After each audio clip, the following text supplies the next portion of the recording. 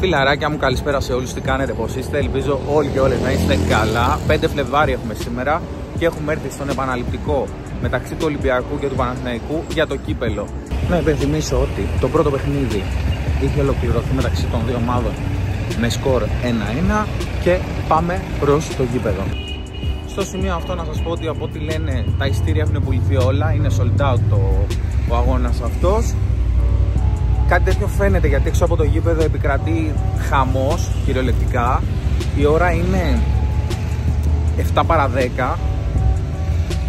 Εδώ δίπλα στην Ελαΐς, για όσους ξέρουν, είναι full όλες τις θέσεις, δεν υπάρχει εννοείται θέση για πάρκινγκ προφανώς. Παιδιά, προχωράω έξω από το γήπεδο, ο κόσμος είναι πάρα πολύς, πραγματικά είναι πάρα πολύς, περιμένει απ' έξω. Παιδιά, έχουμε μπει στο γήπεδο, πάρτε background, ο καιρός είναι super, οι δύο ομάδες κάνουν ζέσταμα. Κάπου εκεί ο speaker ανακοίνωσε την 11η του Παναθηναϊκού για το συγκεκριμένο παιχνίδι και ας πούμε ο κόσμος δεν την υποδέχτηκε με τον καλύτερο τρόπο, ενώ αμέσως μετά ακολούθησε η ανακοίνωση της θρυλικής 11ης. Δεν θα κάνω κάποιο σχόλιο, θα σας αφήσω να το απολαύσετε με τον ήχο αυτό που ακολούθησε.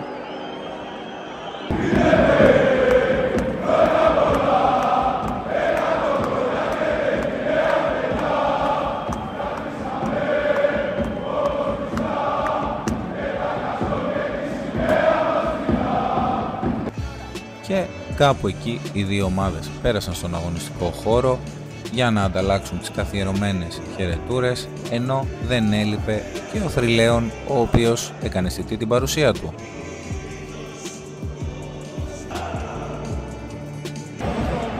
Παιδιά, έχουν τελειώσει τα πάρτι εδώ πέρα, χρόνια πολλά και δεν συμμαζεύεται. Πάμε για σέντρα, ο Ολυμπιακός, καλό παιχνίδι. Σέντρα λοιπόν στο παιχνίδι μας και πρώτη κλασική χαμένη ευκαιρία εννοείται για τον γηπεδούχο Ολυμπιακό, με το σούτ του Αντρεόρτα να περνάει λίγο έξω από το δεξιδοκάρι του Λοντίκιν. Κόρνερ με το Ροντινέι, ο Ελκαμπή δεν καταφέρει να βρει την μπάλα και το 0-0 κάπως έτσι παρέμεινε. Η υποστήριξη του κόσμου ήταν απίστευτη σε αυτά τα πρώτα λεπτά του αγώνα. Παιδιά, έτσι έχουμε φτάσει στο 20 λεπτό του παιχνιδιού, 0-0 το σκορ. Ο Ολυμπιακός πιέζει, προσπαθεί, ο Παναθηναϊκός αμήνεται full. Είναι κλεισμένος πίσω, δεν έχει γίνει κάποια ευκαιρία. Ο Ολυμπιακός είχε δύο ευκαιρίες, πάμε να δούμε τη φάση. Νέα φάση για τον Ολυμπιακό, κάθετη πάσα του Μουζακίτη, ο Όρτα δεν καταφέρει να περάσει το τείχος άμυνας του Παναθηναϊκού. Το 0-0 παραμένει, ο κόσμος υποστηρίζει, ενώ κάπου εκεί ήρθαν και τα πρώτα νεύρα. Παιδιά, έχουμε φτάσει στο 40 λεπτό. Το 0-0 παραμένει, ο Παναθηναϊκός προσπαθεί με τη θέση να βγει στην επίθεση. Ο Ολυμπιακός πιέζει πάρα πολύ. Προσπαθεί να κάνει ευκαιρίες. Δεν έχει καταφέρει να βάλει τον γκολ για να ανοίξει το παιχνίδι. Πλησιάζουμε προς το ημίχρονο. Παιδιά, έχουμε φτάσει ημίχρονο. 0-0 το σκορ. Και πάμε να δούμε τι θα γίνει στο δεύτερο. Το λόγο τον έχει ο Ολυμπιακός. Επανεμφάνιση των δύο ομάδων στο αναγωνιστικό χώρο. Πρώτη ομάδα του Ολυμπιακού, ακολούθησε η ομάδα του Παναθηναϊκού. Γιατί είμαστε δεύτερο ημίχρονο, ο Ολυμπιακός έχει μπει πάλι δυνατά. Ο κόσμος προσπαθεί να βοηθήσει. Δεν υπάρχει κάποια κλασική φάση μέχρι στιγμή στο παιχνίδι. Ένα φάουλ για τον Ολυμπιακό, πάμε να το δούμε. Ναι, δεν έγινε τίποτα το ιδιαίτερο από αυτό το φάουλ. Λίγο αργότερα ο Ολυμπιακός ευτύχησε να δει την μπάλα να πηγαίνει στα δίχτυα του Λοντίκιν από το σουτ του Ελκαμπή. Ο βοηθός ωστόσο υπέδειξε offside. Και μετά την αλλαγή του Κοσμούλα, γκολ Ολυμπιακός, παιδιά, με τον Ελκαμπή. Ωστόσο το έχει ακυρώσει ο διαιτητής για offside, είναι από ό,τι φαίνεται. Συνεχίζει το παιχνίδι, 0-0 το σκορ. Ο κόσμος σταθερός στο καθήκον του προσπάθησε με τη φωνή του και τα συνθήματα να σπρώχνει την ομάδα καθ' όλη τη διάρκεια του παιχνιδιού. Παρατηρήσεις έγιναν πολλές φορές στον πάγκο του Παναθηναϊκού, ειδικά στον Τζαβέλα, ο οποίος ήταν ο λίγο πιο θερμός, ενώ λίγο αργότερα ο Λοντίκιν απέκρουσε την μπάλα.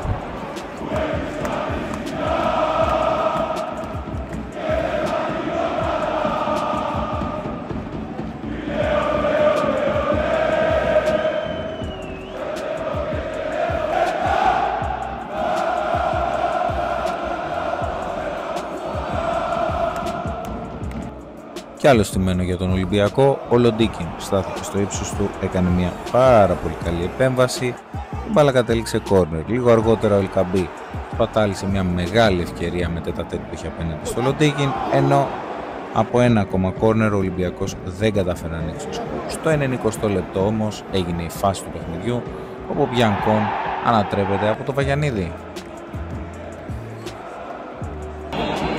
Παιδιά, είμαστε στο 90 λεπτό σχεδόν. Έχει γίνει μια φάση. Ο Μπιανκόν έχει ανατραπεί από το Βαγιανίδη και ο διαιτητής πάει στο πέναλτι. Δίνει άσπρη βούλα. Ο κόσμος ζήτησε δυνατά τον Ελκαμπή για να εκτελέσει ο ίδιος το πέναλτι.